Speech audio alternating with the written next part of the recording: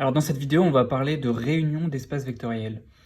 Et comme on ne veut pas réunir des objets qui n'ont rien à voir, on ne veut pas par exemple réunir des complexes avec des matrices, bah, du coup le cadre qu'on se donne c'est on prend E, un espace vectoriel qui sera l'espace ambiant, et puis on prend F et G, deux sous-espaces vectoriels de E, et donc c'est F et G dont on va faire la réunion. Et donc on va bien comme ça réunir que des objets du même type, puisqu'ils sont tous des éléments de E. Donc, c'est une question qu'on peut se poser en algèbre linéaire. On étudie souvent la somme de deux sous-espaces vectoriels, f plus g, ça c'est un objet classique d'algèbre linéaire. On étudie aussi l'intersection de deux sous-espaces vectoriels. On n'étudie jamais la réunion, ou quasiment jamais. Et bien en fait, cet exercice, ce résultat-là va nous expliquer pourquoi on ne s'intéresse pas à ça. Tout simplement parce que la réunion de deux sous-espaces vectoriels, c'est quasiment jamais un sous-espace vectoriel. En fait, le résultat nous dit que c'est un sous-espace vectoriel seulement dans le cas très particulier où la réunion est égale à l'un des deux. Ce qui correspond au cas où l'un des sous-espaces englobe l'autre, et du coup la réunion, c'est pas vraiment une réunion, c'est juste le plus grand des deux. Auquel cas, c'est clair que c'est un sous-espace vectoriel, puisque f et g le sont.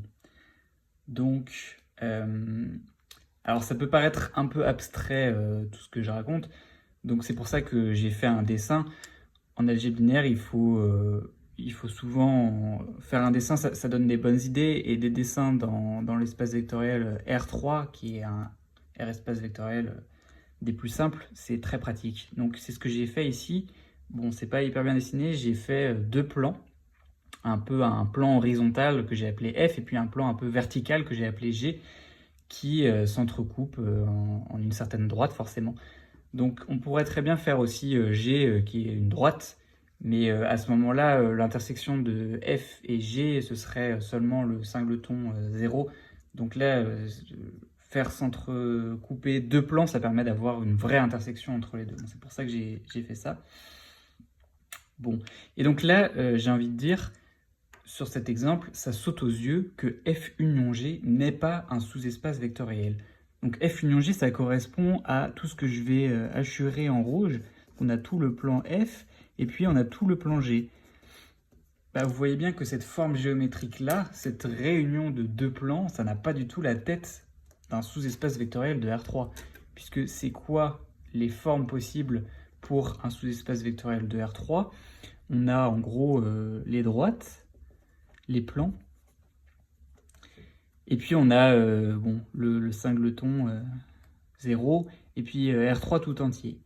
Ce qui correspond aux différentes dimensions possibles. Donc là, c'est dimension 0, dimension 1, dimension 2, dimension 3.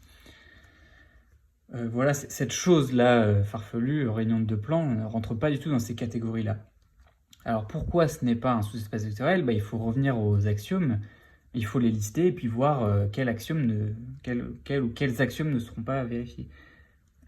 Alors déjà, donc, l'élément neutre, le 0, il appartient bien à la réunion puisqu'il appartient à F, puis en plus il appartient à G, donc a fortiori il appartient bien à la réunion.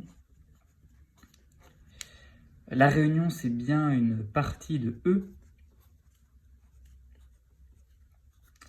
Voilà, donc ces axiomes-là sont vérifiés. Après, on a les axiomes de stabilité. On veut pouvoir, dans notre espace, multiplier par un scalaire et que ça reste dans l'espace. On veut pouvoir aussi additionner les vecteurs de l'espace et rester dans l'espace. Alors, pour ce qui est de multiplier par un scalaire, donc si je prends x dans f union g, est-ce que ça implique que lambda x appartient aussi à f union g? Bon, bah si je prends un x, il y a un peu deux cas possibles. Ou bien il va être dans G, ou bien il va être dans F. Bon, il peut aussi être dans les deux, mais mettons qu'il soit dans G. Et bah, quand je vais le multiplier par lambda, il va rester dans G, donc il va rester dans la réunion.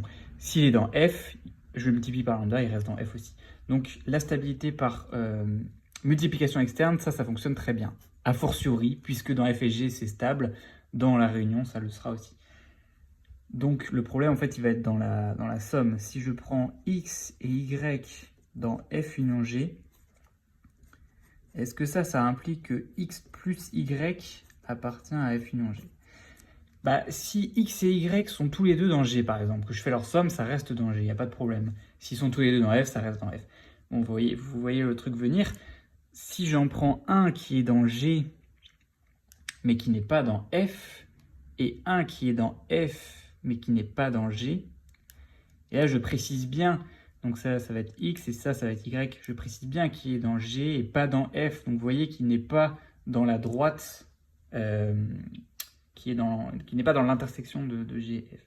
Bon, et donc si je fais la somme, géométriquement, ça va correspondre à ce vecteur-là, que je vais faire d'une autre couleur. Ce vecteur-là, ça va être X plus Y. Bon, bah c'est clair qu'il n'est pas du tout dans les plans. Il n'est pas du tout dans la réunion. Donc ça, en fait, ça va être faux. Voilà, donc il n'y a plus qu'à... Donc là, on a compris intuitivement ce qui se passait. Il n'y a plus qu'à rédiger une preuve formelle, mais qui va correspondre exactement à ce qu'on a représenté sur le dessin. Donc du coup, je vais supposer que je n'ai pas ça, hein, que j'ai pas la réunion qui est égale au plus grand des deux, ce qui correspond à dire qu'il y en a pas, que je n'ai pas F inclus dans G, et je n'ai pas non plus G inclus dans F. Donc si j'ai ça, je peux justement considérer, il existe donc X dans G privé de F, et il existe Y dans F privé de G. Voilà. Et donc je vais montrer que X plus Y ne peut pas appartenir à F union G. Ce qui du coup montrera que F union G n'est pas un sous-espace vectoriel. Bon. Donc pour ça, il faut que je montre que X plus Y, il est ni dans F ni dans G.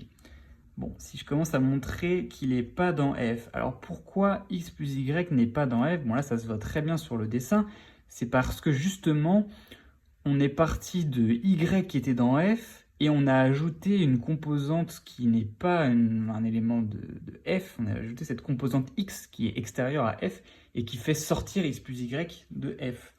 Donc c'est ça qu'il faut qu'on mette en évidence, c'est cette composante X. Donc quelle est la différence entre, qu'est-ce qui diffère entre X plus Y et Y qui lui est dans F? Bah, c'est justement ce X. Donc si je fais X plus Y moins Y, ça c'est égal à X. Or, vous voyez, donc si X plus Y était dans F, je fais un mini raisonnement par l'absurde, si ça c'était dans F, vu que ça allait aussi, et bah ça voudrait dire, vu que F c'est un sous-espace vectoriel, que X serait dans F. Donc j'ai X plus Y appartient à F implique X appartient à F. Or ça c'est faux, puisque j'ai justement pris X dans G privé de F, ce qui est faux. Voilà, je fais exactement le même raisonnement dans l'autre sens. Cette fois je fais X plus Y moins X, ça me fait Y. Donc si ça c'était dans G, vu que ça c'est dans G, ça impliquerait que Y est dans G. Donc X plus Y appartient à G entraîne que Y appartient à G, ce qui est faux.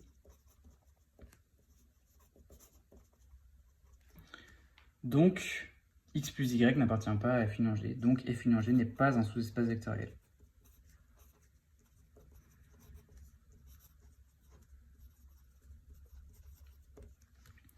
Voilà. Bon, la démonstration, il faut que vous la refassiez vous-même. Elle peut paraître un tout petit peu technique. Bon, il n'y a quand même pas grand-chose. Ce qui est très important pour moi, c'est de retenir cette image mentale-là, avec deux plans, où vous pouvez aussi prendre un plan et une droite. Et il faut que ça vous saute aux yeux qu'on ne va pas avoir la stabilité par somme. Et si vous avez compris ça, vous avez très bien compris pourquoi, pourquoi la réunion de deux sous-espaces vectoriels n'est en général pas un sous-espace vectoriel.